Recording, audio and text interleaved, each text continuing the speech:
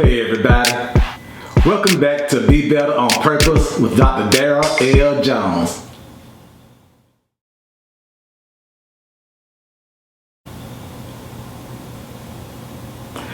Thank you so much for tuning in to Be Better on Purpose with Dr. Darrell L. Jones. And I want to thank all of our new subscribers. And if you haven't subscribed yet, please subscribe, comment, like, and share. We're trying to get up to 1,000 subscribers, and I need everybody help. All of my friends, all of my family, all of my frenemies and enemies. I need everybody help. We're trying to build this program up so we can reach the masses, sharing people good news on how to be better on purpose.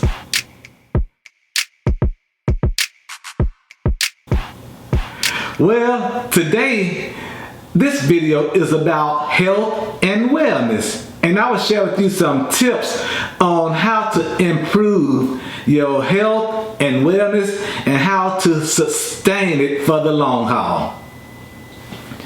Most of y'all may or may not know, but I have changed size over the years. And you know, growing up, I grew up as a little, what they would like to call chunky, a husky. As a matter of fact, Sears department store, they used to be Sears, Roebuck Co back then. They used to sell pants that my mom would buy for me that had husky on the outside of it so everybody could see. Just in case you didn't know I was husky, they had this little thing on the pants that said husky for little chunky boys like me when I was growing up. But as I grew up, my body began to change, but I didn't realize that the food that we eat has so much to do with the shape of our bodies. I thought because I was active that my body would just automatically develop itself and change itself. I grew up loving to eat all the wrong foods. I was a sandwich person. I could eat sandwiches morning, day, or night. If I didn't have to have sandwiches, give me a bowl of cereal, give me some chips, cookies, honey butter. If you bought vegetables to me, I was so upset. Back then, I didn't even like steak. Well, we didn't really eat a lot of steak and things like that growing up. But I ate a lot of sandwiches growing up. Chips, cookies, soft drink, Kool-Aid, and didn't know nothing about sugar and diabetes and all that stuff. I didn't know about any of that stuff back then, but I ate a lot, and because I was a kid, I burned a whole lot of calories. So I didn't really look bad, but I was chunky, I was husky. So fast forward a little bit as I move older and get into my older age. It's not where I'm at now, but I would say maybe early 20s. That's when I really began to start working out. I have two friends who I like to thank all the time about getting me into weightlifting. And that's my friend Kenneth Moore, who we call Mo, and my friend Reginald Miller, who we call Reggie. Reggie and Mo were weightlifters, and they were great weightlifters, and they taught me how to lift weights. So in my early 20s, I began to lift weights, and my body began to transform, and my body began to look good, and people began to take notice of my body in my 20s. And I was able to maintain that for a while until I got maybe to my later 30s or somewhere around there, and then you start noticing the body metabolism began to slow down. So, just to make a long story short, and you know, whenever you hear somebody say to make a long story short, it's going to be a long story. But anyway, I started gaining weight. My body didn't stay as developed as it was. And all of a sudden, I got up to about 208 pounds. Now, if you know me, I'm not a tall person. So 208 pounds is a whole lot of weight to wear on my body. But didn't pay no attention because back then, that's when the big clothes was in style. That's when Big Ruben Studdard was wearing his area code on his shirts, and you know, wearing big baggy clothes, the big Steve Harvey suits. You know, couldn't nobody tell I was as big as I was back then because I wore baggy clothes. But all of a sudden, I started taking my health serious, and I started going to the doctor. And one day, you know how they have these little screening tests, how these pharmaceutical companies and these health HMO insurance companies come out to your jobs and do these screening tests? So So all of a sudden, I found out that my blood sugar had began to elevate and I was considered pre-diabetic. Now, this thing about pre-diabetic, that's to me another way that insurance companies and pharmaceutical companies and medical companies make a whole lot of money off people. But nevertheless, I still took it serious. And I didn't want to take all these pills and blood sugar pills and things like that. So I decided I would get serious, and with the help of my loving and caring wife, she began to make sure that I would eat right. She would always stress that no matter how much I would exercise, you can't outperform a bad diet.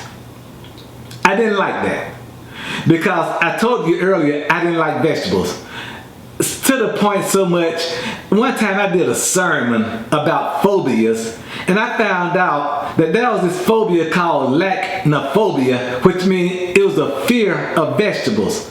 So I gravitated toward that, and I would tell anybody who would listen, the reason I don't eat vegetables because I had lachnophobia, which was a fear of vegetables.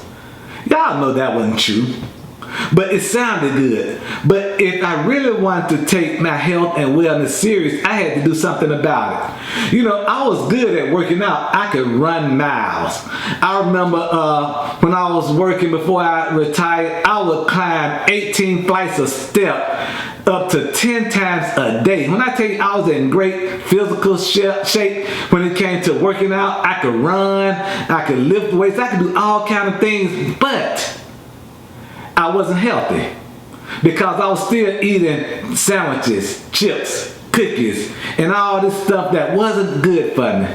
And how many of you know it wasn't until I decided to get serious about what I eat that my body began to change, and I didn't have to take any type of blood sugar pills and all the other stuff that people try to get you hooked on. And I hadn't had a problem with blood sugar ever since I started listening to my wife and reading up and listening to videos about people who knew about nutrition. And I'll tell you what worked for me. It's the keto plan. Some people might not understand what keto is, but basically keto is not eating hardly any carbs. And as a matter of fact, I think you can have up to 50 grams of carbs per day. But you know, if you know me, I'm one of those who like to go all in on stuff. You know, because if you tell me 50 grams of carb, I might push it to maybe 100. So with me, it's best that I have hardly any carbs.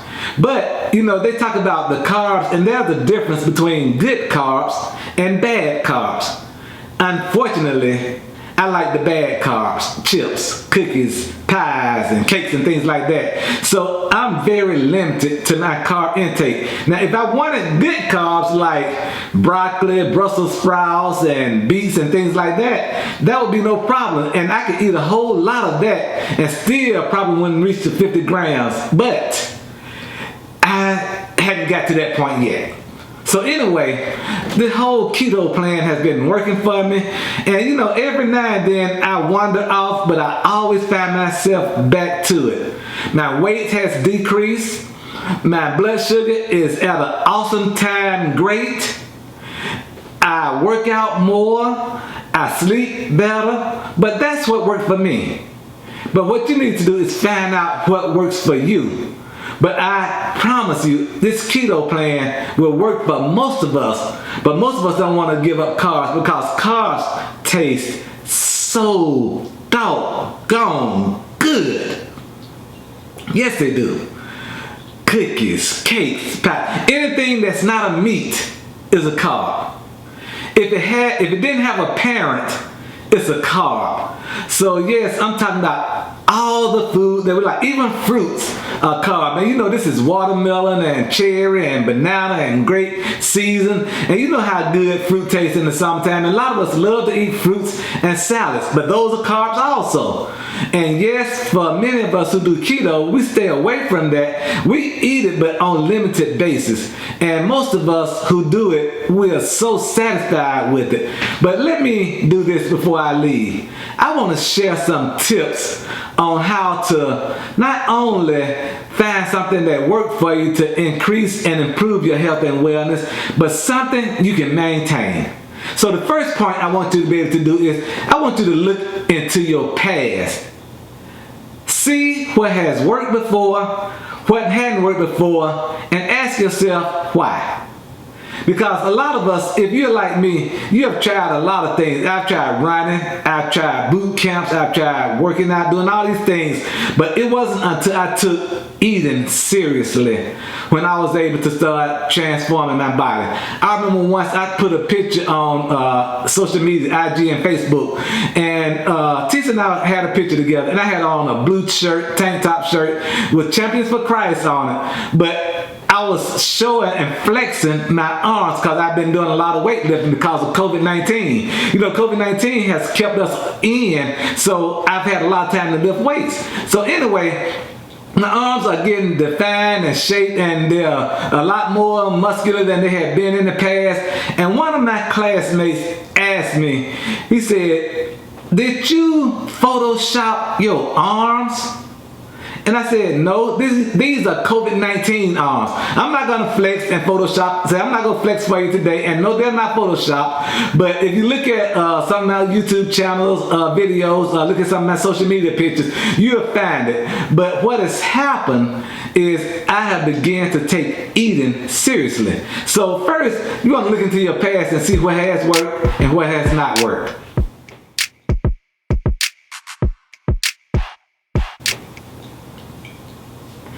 Then you want to quit giving yourself a deadline to lose weight or to get healthy. You know, look into your past, see what has and has not worked, and quit giving yourself a deadline. You know, there were so many people who try to get summertime fine.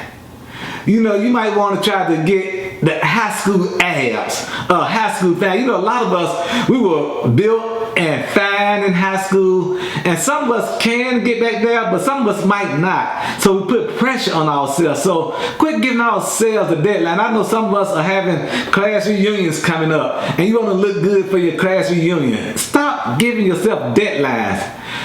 Just work with what you have and appreciate what you're doing.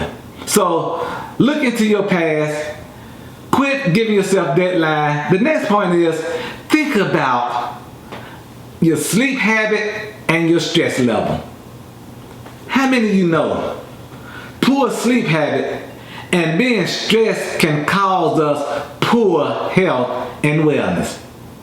So try to get 6 to 8 hours of sleep. Try to eliminate stress from your life.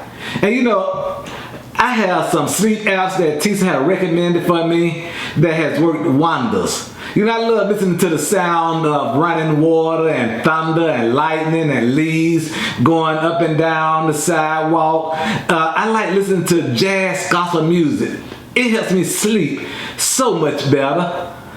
So find what helps you sleep good. Some people can sleep good after reading a good book, exercising, or doing some type of yoga. But try to get you some good sleep and try to eliminate stress. So look into your past.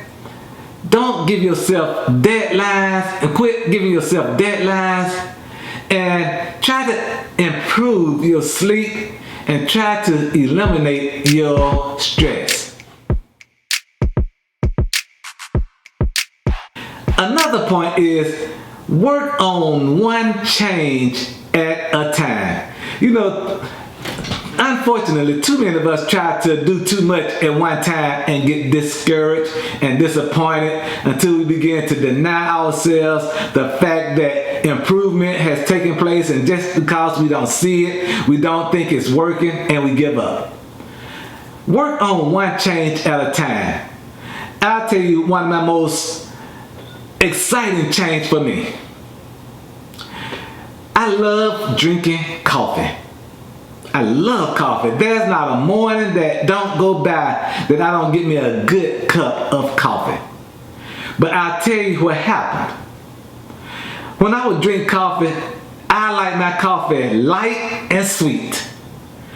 As a matter of fact, I want it light, rich, and sweet, which means I wanted a real strong dark roast coffee with a lot of cream and a lot of sugar. And when I tell you, after giving me a good cup of strong, sweet, and light creamy coffee, I would get such an energy rush that I would be bouncing off the wall, could take on the world. But what happened was, I found out that as good as that coffee was, it could be just as good and more effective if I eliminated sugar. So first I started doing stuff like NutraSweet and Splenda and sugar substitutes.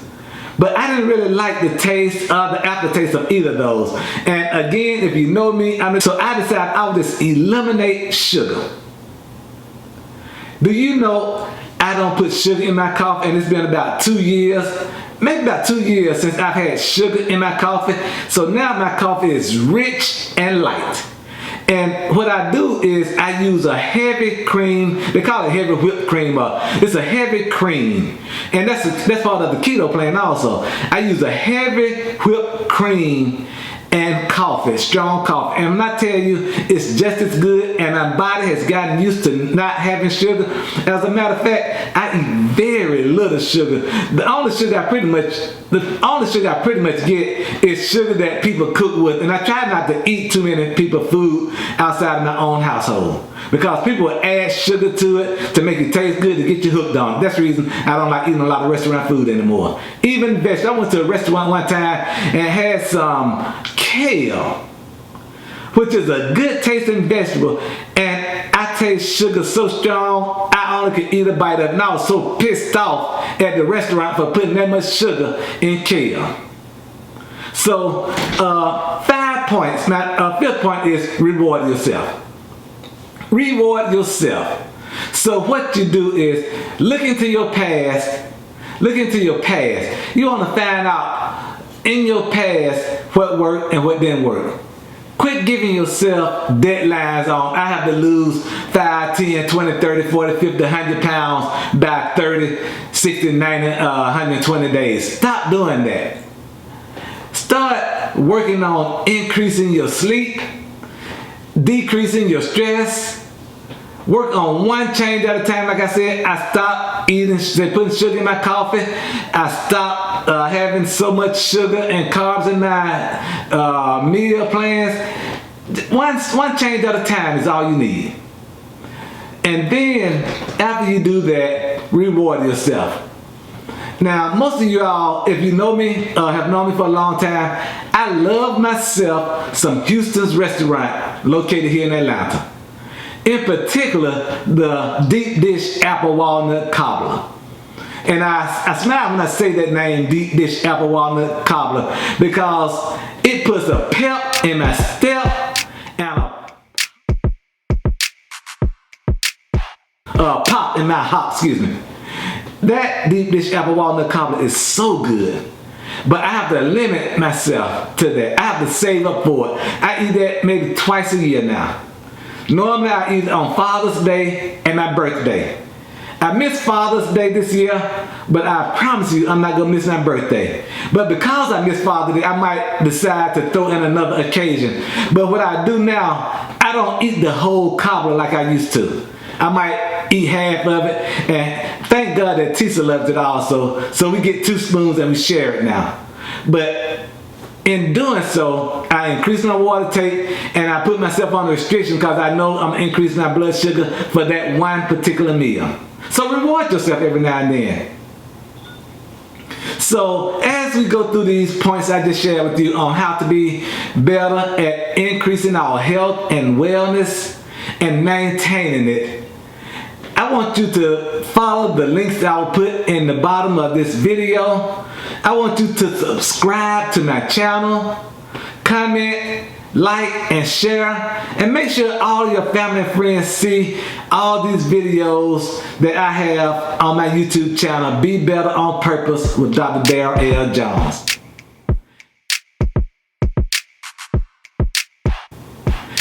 Well, until we're together again, be better on purpose with Dr. Darrell L. Jones.